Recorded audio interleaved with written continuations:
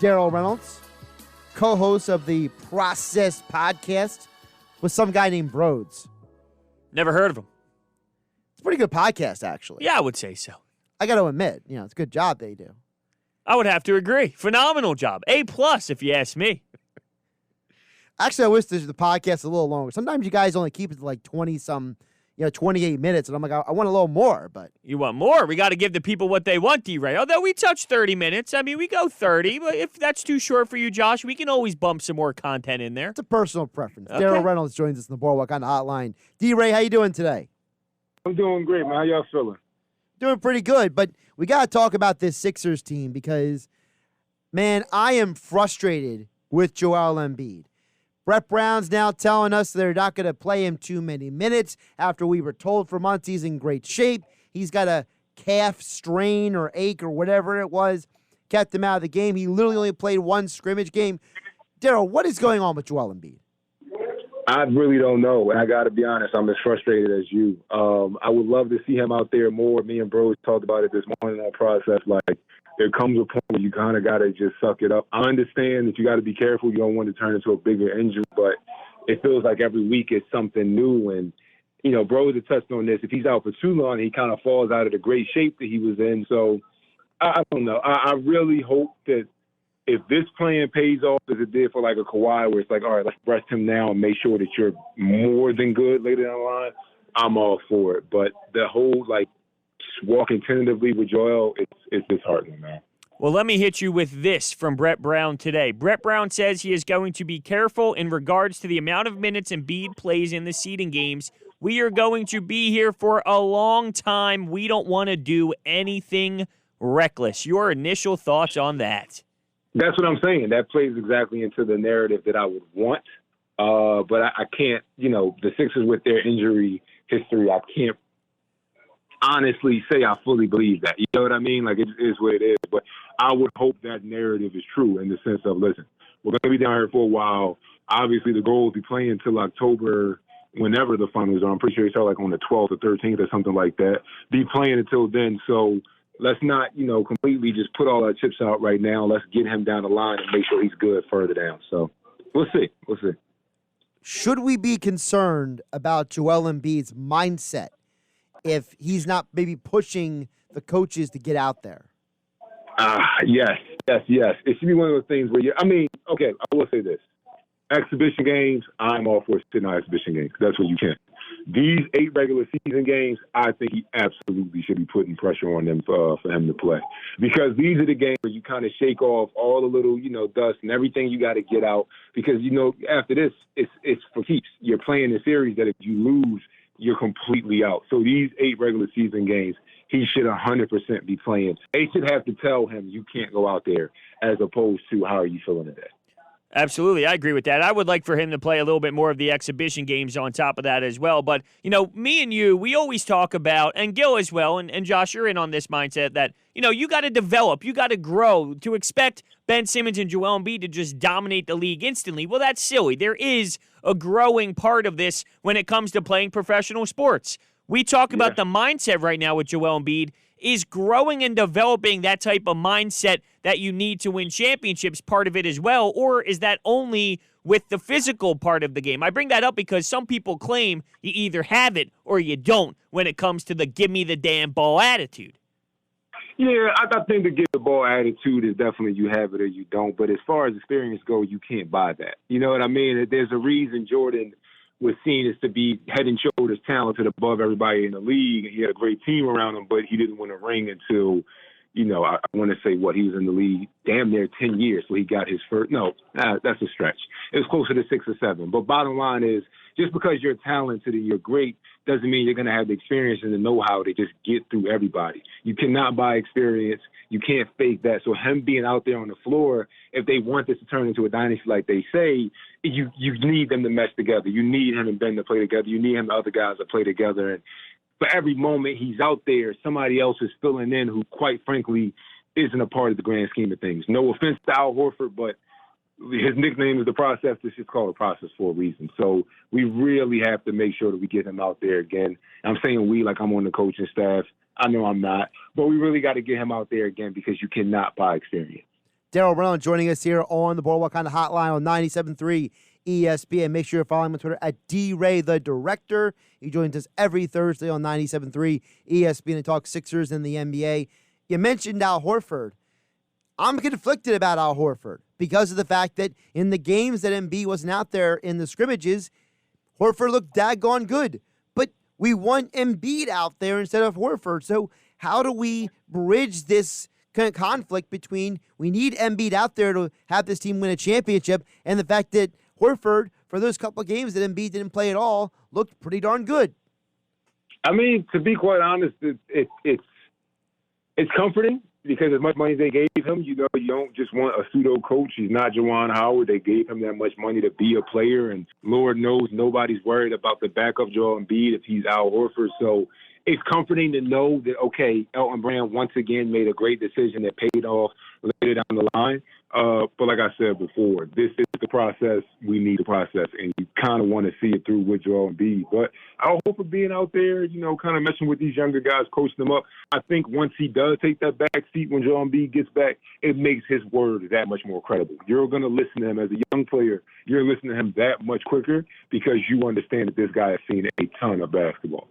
I don't know if it's the Phillies news today that's just making me be super negative, but I'll throw this one at you. Ben Simmons, no threes since game one, so 2 games, did not take one since then.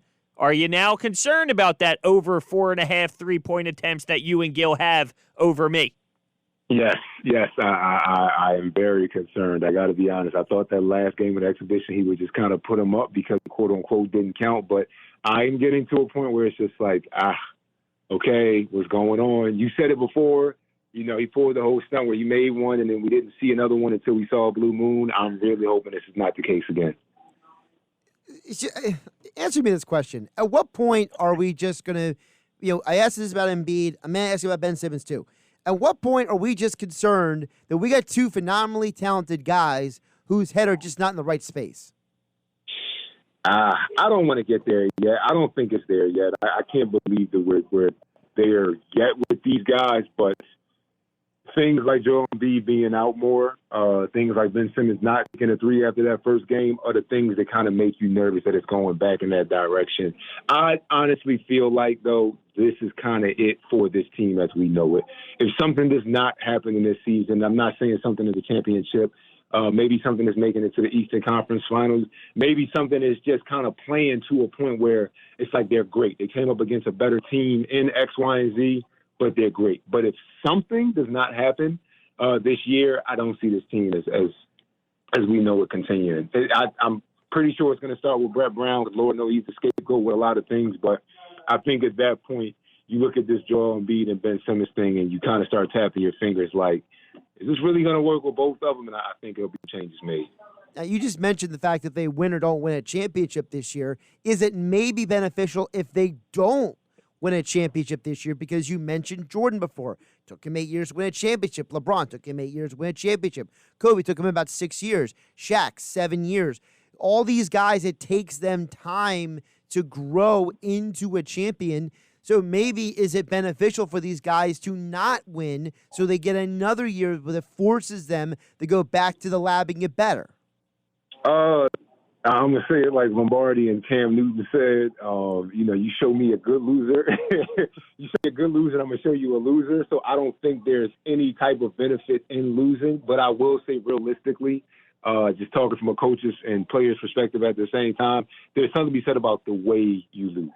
So if they go out this year and, like I said, they get to the Eastern Conference Finals and they come up against a buzzsaw of a Milwaukee Bucks team that's just clicking on a different level, and you understand that, all right, they got it. Or they play the Raptors and it's like, listen, those guys are just that good even without Kawhi, but you know what? They played and we saw a shimmer of light, cool. But if it's just a fizzle-out kind of loss where it's like everybody's just kind of waiting for that 5th or 6th game to come to a close so they can get off the court, no. That type of thing is like, all right, we can't deal with this. Changes have to be made. I agree completely. I do think context matters when it comes to this. If it looks like they just got defeated by a team that's way better than them, then what are you supposed to do? And the thing about the changes, I do think if things go wrong this season, that it is okay to maybe move in another direction when it comes to the head coach. But in terms of Joel Embiid and Ben Simmons, I personally I just can't move on from that type of talent yet. Ben is still so young, and Joel's, 26? He's starting to hit that time that I say it's ready to rock and roll, but it is just too early for me to say it's time to move on from any of these guys. Oh, yeah, no, I don't think it's time to. I'm saying it's going to be looked at right now. Well, not right now, but let's rewind the clock back 2 years. Everybody thought these guys are like Clay and Steph. They will be here forever. They'll probably wear a Sixers uniform forever. We're going to run off X amount of championships under these two being together, and that's that. At this point in time, it's one of those things where you already hear the questions of, all right, well, if you had to choose, which one would you keep? If you had to make a difference, which one would you keep? And it's just those type of conversations, to me, get that much louder when they continue to not win in a certain way. I'm not saying they have to go out there and be the 96 Bulls right now, but if you don't see it trending in that direction, I completely understand why it's just like, well, okay, can we kind of do this with just one of them? But obviously, they just paid that much money. They're not leaving right now. Everybody just got paid last summer. It's not happening right now. It's just, all right, what's the exit strategy? All right, I got to ask you a non-Sixers question. It's a very important question. What's going on? Who's the MVP, Giannis or LeBron? LeBron. And I hate to admit it. Well, why? Why do you hate to admit that? I think that you should be very excited to admit that. I don't get me wrong. I respect LeBron, but like I said, just between his antics, like what the time after Kobe's passing, I hate to talk about this in a bad way. It's not about Kobe passing. But when LeBron comes down, I want to say it was the next game he does that reverse dunk, and he was like, that wasn't me out there with dunk. That was Kobe. You know what I mean? You ever seen that movie Such and Such where he came down and took over the guy's body? It's like, shut up. Like, come on, bro. Like, it's like every time he gets to a point where it's just like, I'm loving it. He says something or does something that's just like, oh, this guy. But the game, you got to respect it. What he did this year, you got to respect it. At 35 years old, you have to absolutely respect it. LeBron's the MVP this year. Yeah, see, that's where I agree with you because, everything else aside, this is a guy who, first of all, is at his age leading the league in assists. The last time a dude who was his size led the league in assists was Magic. I don't think that's a coincidence. I don't think it's a coincidence that you have a guy who goes to a Lakers team, which you could argue outside of Anthony Davis, the Lakers actually have a worse roster in terms of talent than the Bucks do around Giannis. And Giannis, no offense, he's still young. LeBron, you got to factor in his age along with the value to the team. You take LeBron off that team, the Lakers are garbage. You take Giannis off the team, the Bucks still might make the playoffs and maybe be a 6 seed. Yes, absolutely. And not to mention they're in the West. Like what he's put together this year, this campaign, especially after last year, what you have to respect about LeBron overall is that you want to talk about the next play, next day mentality. Like last year within a year that kind of tripped up a lot of people. He was like, listen, that year was what it was. We made a couple of changes, but it didn't change him. He still showed up every day. Like you said, 35 leading the league in assists, one of the top guys in scoring and offensive efficiency. Like it's just, we've never seen anything like it. Give him his flowers while he's here. You got to respect it, but his corny antics will never sit well with me. I'm sorry. And just to give everybody a sneak peek of what we do on the Processed Podcast, I think somehow LeBron James gets thrown into every pod because I'm such a lover and he's so disrespectful. It's unbelievable. But I want to ask you this, D-Ray. Matisse Thybulle. Have you been impressed with Matisse Thybulle's ability to, lately it seems like getting to the basket, he's been dunking on another level. Do you think that his offensive game can be effective enough to keep him out on the floor, say, over Furkan Korkmaz? Absolutely. Unless, and me and you spoke about this morning, I feel like unless Furkan turns into a guy that when Ben Simmons is backing somebody down from that full position and he kicks it out with his left hand and it hits Furkan's hands and oh, my God, he's going to make this. Unless he turns into one of those guys when he shoots or when he gets the ball, his teammates start kind of running back on defense because they know it's going up and in, I don't see him being on the floor longer than Matisse Thybulle. Because although Matisse Thybulle can't shoot at the clip that he does, what he gives you on defense is the difference between winning games and winning championships. I'm sorry. Offense wins games, defense wins championships, and that kid can play defense. I think out of everybody, besides Ben Simmons, this break was the best for him because he just was able to take a step back, all right, I kind of hit a wall as a rookie, but now he's able to see what he could do better. He's got back to his slasher role, and he's looked phenomenal. He's looked phenomenal, man. So you speak my language right there.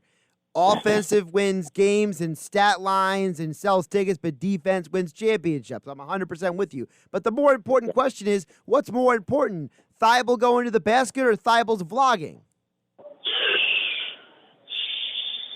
I had to say him blocking shots and getting in passing lanes. If you even see it on when he's on defense, and you'll see a play where somebody takes it from one wing to the top of the key, and whoever's at the top of the key goes to reverse it to get into a set. And you'll see they'll see him there and they'll think twice about it, because yeah, he's about 5 feet off his man, but if this kid takes one step and extends his arms, he's in the pass lane and he's going the other way for a dunk. That type of energy and that type of fear putting somebody on defense is so valuable. Like I said, it's the equivalent of having a guy on offense who, if you know he touches the ball, you have to get out there and fly out there and hope that he misses it. Those guys on offense and defense under the floor, when you have to just count for them and then you have to take a mental break to account for where they are on the floor, that completely changes the scheme of a game. He is Darryl Reynolds, co-host of the Processed Podcast, member of the Villanova National Championship team. Follow him on Twitter at DRay, the director, and as all guests, he appears every Thursday on the Boardwalk Honda Hotline. Appreciate the time. Fellas, thank y'all, man. I'll talk to y'all next week.